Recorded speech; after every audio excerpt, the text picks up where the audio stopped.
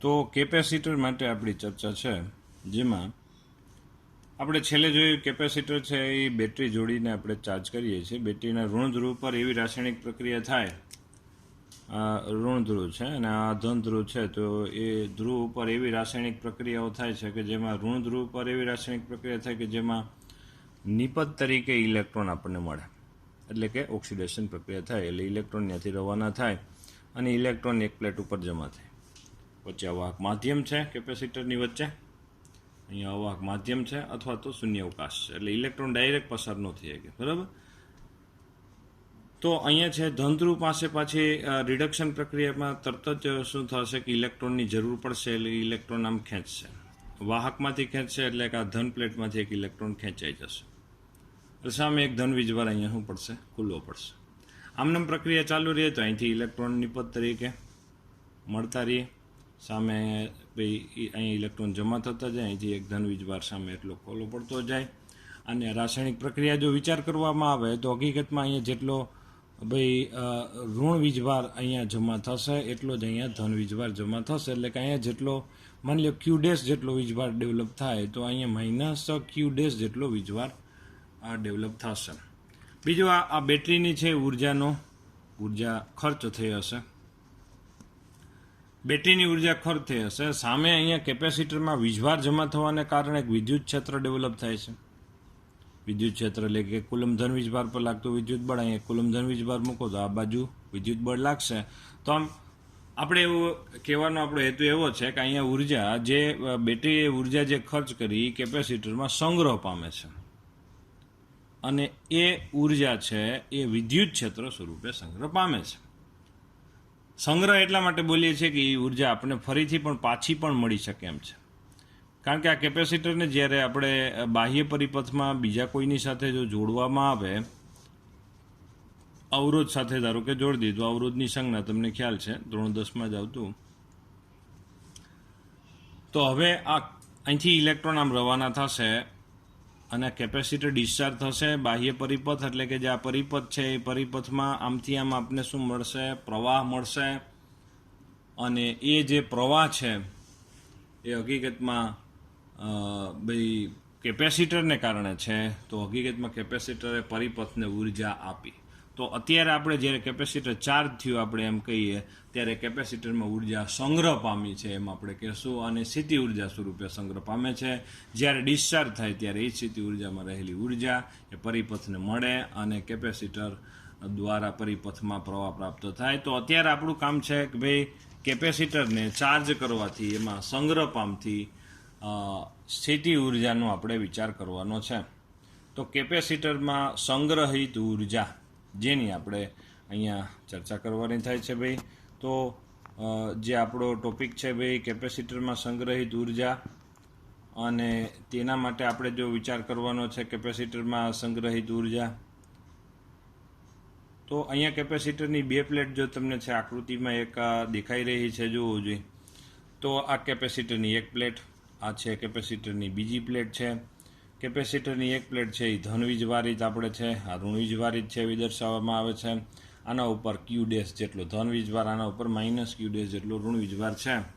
તો અત્યારે છે આપણે એમ કહી શકાય કે સુવાહક એક, એટલે એક પહેલી પ્લેટ કરતાં બીજી પ્લેટનું સ્થિતિમાન ઓછું હશે. સ્થિતિમાન એટલે અનંત અંતરથી એક કુલમ વીજભારને ક્ષેત્રની વિરુદ્ધમાં લાવવા માટે કરવું પડતું કાર્ય. તો આપણે અનંત અંતર તો આમથી પણ લઈ આવી શકાય, અનંત અંતરથી એક કુલમ વીજભાર આમથી પણ લઈ આવી શકાય, પણ વ્યાખ્યામાં શું છે કે વિદ્યુત ક્ષેત્રની વિરુદ્ધમાં લાવવા માટે, એટલે ક્ષેત્ર આમ છે, આમથી એક કુલમ વીજભારને લઈ આવતા હોય તો પહેલાં આ પ્લેટ આવે ને પછી આ આવે. એનો મતલબ કે અહીંયા છે પ્લેટ ઉપર લાવવા માટે કરવું પડતું કાર્ય આપણને છે અહીંયા ભાઈ મહત્તમ મળશે, એટલે કે પહેલી પ્લેટનું સ્થિતિમાન વધુ. બીજું અહીંયા છે આપણે ઉદાહરણ તરીકે એક કુલમ વીજભારને આપણે અહીંયા શું કરશું કે એક પ્લેટથી બીજા પ્લેટ સુધી લઈ જવા માટે કેટલું કાર્ય કરવું પડે, બંને પ્લેટની વિદ્યુત સ્થિતિમાનના તફાવત જેટલું કાર્ય કરવું પડે. એક કુલમ વીજભાર અહીંયા એક કુલમ વિચાર કર્યો, નંબર 2 થી, એટલે નંબર 2 પ્લેટ છે, આ નંબર 2 પ્લેટથી આ પહેલી પ્લેટ બીજી પ્લેટથી પહેલી પ્લેટ સુધી લઈ જવા માટે કેટલું કાર્ય કરવું પડે, બંને પ્લેટના વચ્ચેના વિદ્યુત સ્થિતિમાનના તફાવત જેટલું. કારણ કે વિદ્યુત સ્થિતિમાનના તફાવતની વ્યાખ્યા શું થાય કે એક કુલમ ધન વીજભારને એક બિંદુથી બીજા બિંદુએ ક્ષેત્રની વિરુદ્ધમાં લઈ જવા માટે કરવા પડતા કાર્યને વિદ્યુત સ્થિતિમાનનો તફાવત કહેવામાં આવે છે. એટલે વિદ્યુત સ્થિતિમાનનો તફાવત એટલે શું થયું કે એક કુલમ વીજભારને 1 થી 2 પ્લેટ સુધી લઈ જવા માટે કરવું પડતું કાર્ય. તો અહીંયા છે આપણે શું લઈ જશું, એક ધન વીજભાર જે ડેલ્ટા ક્યુ ડેશ જેટલો વીજભારિત છે એને લઈ જશું આપણે. ધન વીજભારિત ડેલ્ટા ક્યુ ડેશ જેટલો વીજભાર આપણે લઈ જવાના છીએ. તો અહીંયા છે ભાઈ ડેલ્ટા ક્યુ ડેશ જેટલા વીજભારને લઈ જવા માટે કેટલું કાર્ય કરવું પડે. એક કુલમ વીજભારને નંબર 2 થી 1 સુધી આમ ક્ષેત્રની વિરુદ્ધમાં લઈ જવા માટે કરવું પડતું કાર્ય વી ડેશ જેટલું છે. તો ડેલ્ટા ક્યુ ડેશ જેટલા વીજભારને લઈ જવા માટે કેટલું કાર્ય કરવું પડે, તો એ કાર્ય પણ સૂક્ષ્મ વીજભારને લઈ જવા માટે કાર્ય પણ સૂક્ષ્મ ડેલ્ટા ડબલ્યુ વડે દર્શાવશું, વી ડેશ ઇન્ટુ ડેલ્ટા ક્યુ. હવે આપણી પાસે તમને ખબર હોય તો સમીકરણ છે કેપેસિટન્સનું, ભાઈ સી બરાબર ક્યુના છેદમાં વી, આવું સમીકરણ છે જ આપણી પાસે. તો વી ડેશ બરાબર અહીંયા જો શું લખી શકાય એની જગ્યાએ, વી ડેશની જગ્યાએ આપણે ક્યુ ડેશના છેદમાં સી એવું આપણે લખી શકાય. હવે આપણે શું કરવું છે કે ભાઈ આ કેપેસિટરની પ્લેટ ઉપર જે કાર્ય છે આપણે કેપેસિટર પર 0 થી ક્યુ કુલમ જેટલો વીજભાર આપણે શું કરી દેવો છે. આપ જે તમને ખબર હોય તો ધન પ્લેટ ઉપરનો જે વીજભાર છે એને જ આપણે છે કેપેસિટર પરનો વીજભાર લઈએ છીએ આપણે, એવી વાત છે. તો 0 થી ક્યુ કુલમ સુધી વીજભારને આપણે ચાર્જ કરવા માટે કેટલું કાર્ય કરવું પડે કે ભાઈ સૂક્ષ્મ વીજભારને ભાઈ અહીંથી આમ લઈ જવા માટે ડેલ્ટા ડબલ્યુ જેટલું કાર્ય કરવું પડે.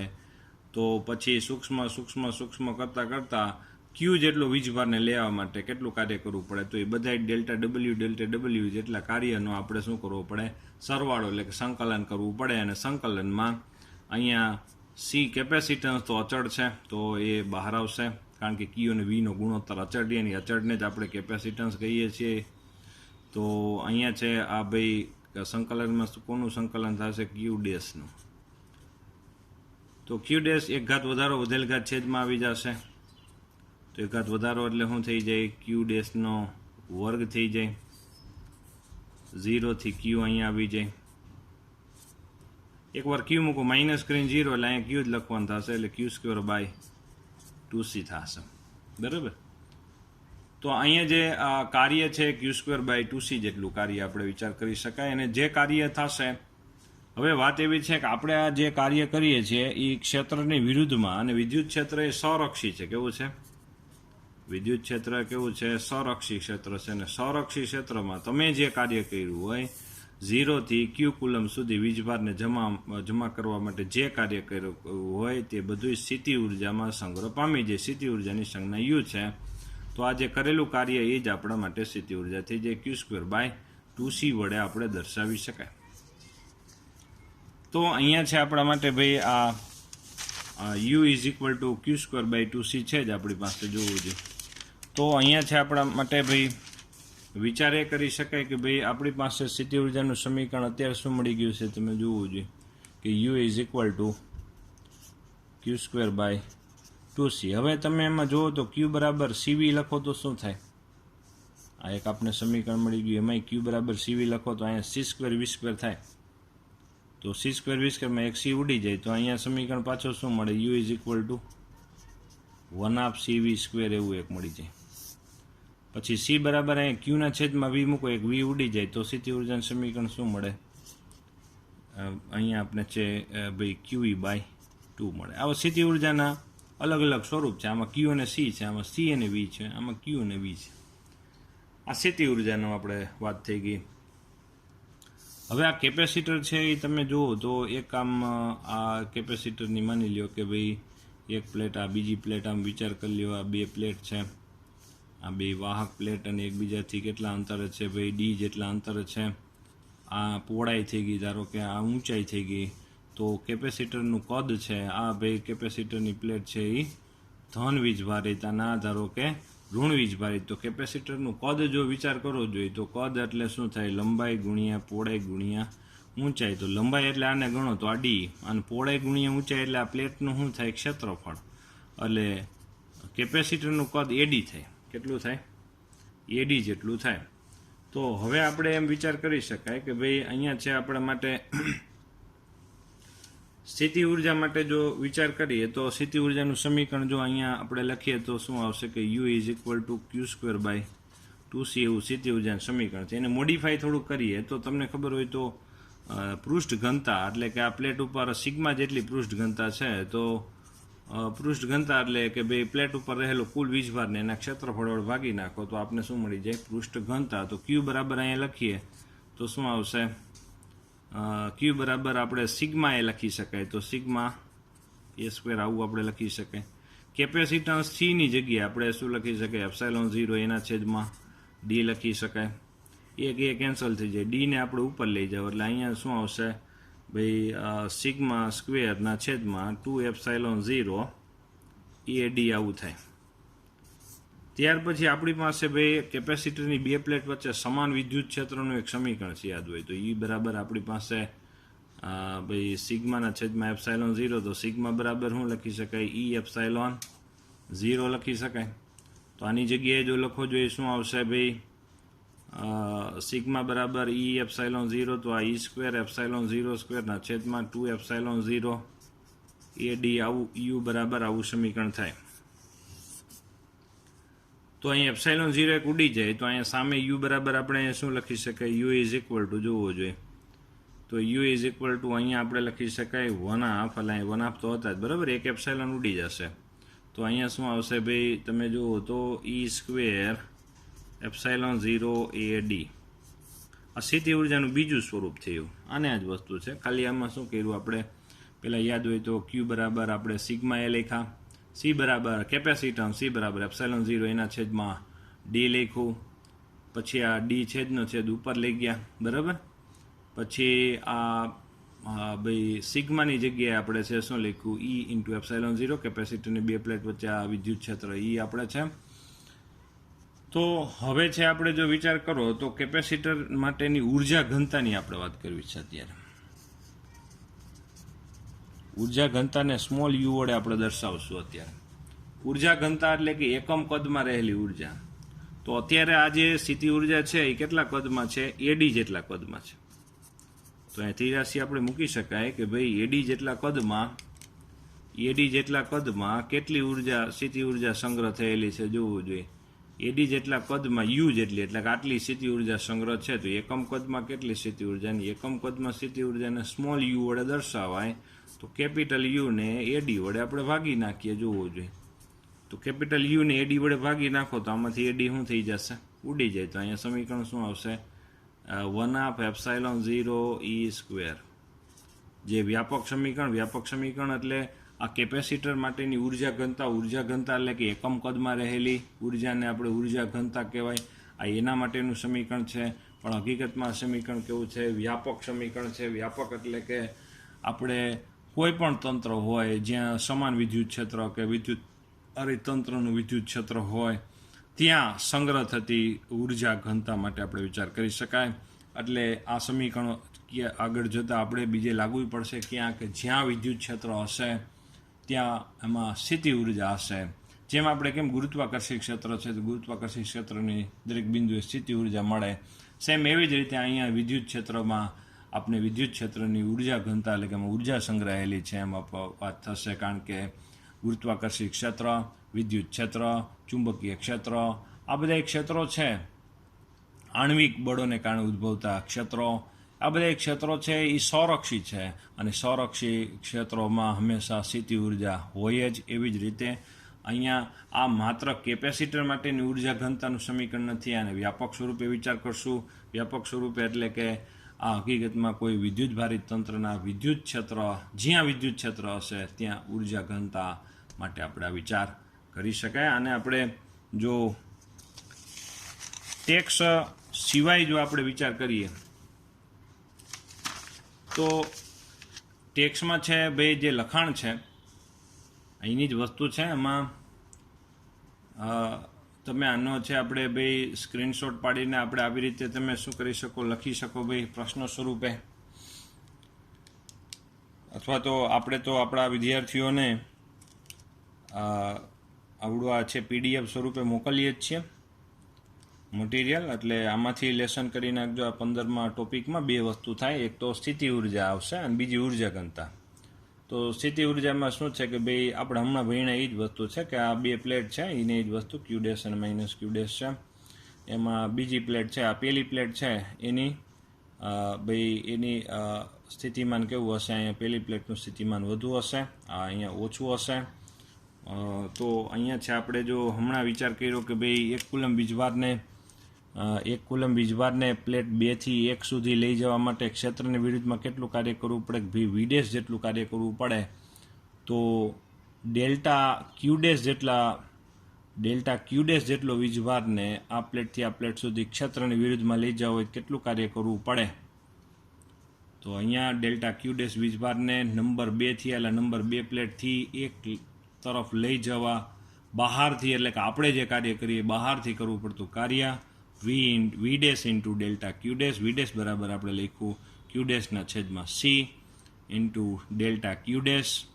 હવે આપણે છે ભાઈ અહીંયા ક્યુ બરાબર 0 થી ક્યુ બરાબર ક્યુ જેટલો વિદ્યુતભાર આપણે શું કરવાનો છે? જમા કરવા માટે કેટલું કાર્ય કરવું પડે? ભાઈ આવા ડેલ્ટા ક્યુ ડેશ વીજભારને, આવા ડેલ્ટા ક્યુ વીજભારને જમા કરવા માટે જે ડેલ્ટા ડબલ્યુ જેટલું કાર્ય છે એ બધાયનો આપણે શું કરવાનો છે? સરવાળો 0 સંકલનથી ક્યુ વીજભાર સુધીના સંકલન સુધીનો આપણે શું કરવાનો છે? સરવાળો કરવાનો છે. અને એ જે સરવાળો છે એ હકીકતમાં સંકલનમાં પરિણમશે અને એમાં છે આપણે ક્યુ ડેશ એનો એક ઘાત વધશે, વધેલ ઘાત આપણે શું આવશે?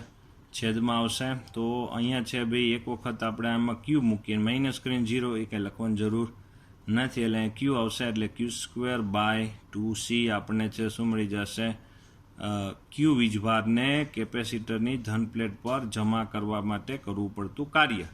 પણ સ્થિત વિદ્યુત બળ સંરક્ષી એટલે સ્થિત વિદ્યુત ક્ષેત્ર છે એ હકીકતમાં સંરક્ષી હોવાથી જે કરેલું કાર્ય છે એ બધું એ સ્થિતિ ઉર્જા સ્વરૂપે સંગ્રહ પામશે. એટલે Q²/2C બરાબર U એટલે સ્થિતિ ઉર્જા લખી શકાય. એની જગ્યાએ આપણે ક્યુ બરાબર CV લખી નાખો તો 1/CV² લખી ગયા. C બરાબર Q/V લખો તો QV/2 પણ લખી શકાય. જે કેવી રીતે છે? જે આપણે અહીંયા નોંધ સ્વરૂપે લખેલું છે. આ નીચેનું જે નોંધ સ્વરૂપે લખેલું છે, જે પ્રશ્ન સ્વરૂપે લખવાની જરૂર નથી. ત્યાર પછી આપણે જો વિચાર કરીએ આને જ વસ્તુ, અહીં ઉર્જા ઘનતા માટેની વાત છે. જે વિદ્યાર્થીઓ આપણા સ્કૂલ સિવાયના અન્ય વિદ્યાર્થીઓ છે જે આનો સ્ક્રીનશોટ પાડીને પણ વિડીયો છે આ લેસન સ્વરૂપે લઈ શકે, આ સહેલું પડશે તમને. તો અહીંયા છે બાકી આપણા સ્કૂલના વિદ્યાર્થીઓને તો આપણે PDF મોકલાવીએ જ છીએ આવડ્યા, બરાબર, જે આજ આવી જ રીતે તૈયારી કરી નાખવી. તો હવે આ કેપેસિટરની સ્થિતિ ઉર્જા જે આપણે છે Q²/2C છે. Q બરાબર હમણાં સિગ્મા એ લીધા આપણે, બરાબર, સિગ્મા એ લીધા હતા એટલે અહીંયા છે એનો વર્ગ, અને C બરાબર અહીં કેપેસિટન્સ C બરાબર ε0 એના છેદમાં D છે, બરાબર. તો અહીંયા છે આપણા માટે ભાઈ એ અહીંથી આ કેન્સલ થઈ જાય એટલે અહીંયા AD આવી જશે, બરાબર. તો અહીંયા છે આપણા માટે ભાઈ સિગ્મા બરાબર, જો સિગ્મા બરાબર આપણે E0, અહીંયા E0 છે તો ε0 અહીંયા છે આપણે ઉડી જશે એટલે 1/E²ε0 AD આવી રીતે આવશે. આ સ્થિતિ ઉર્જાનું સમીકરણથી ઉર્જા ઘનતા એટલે એકમ કદ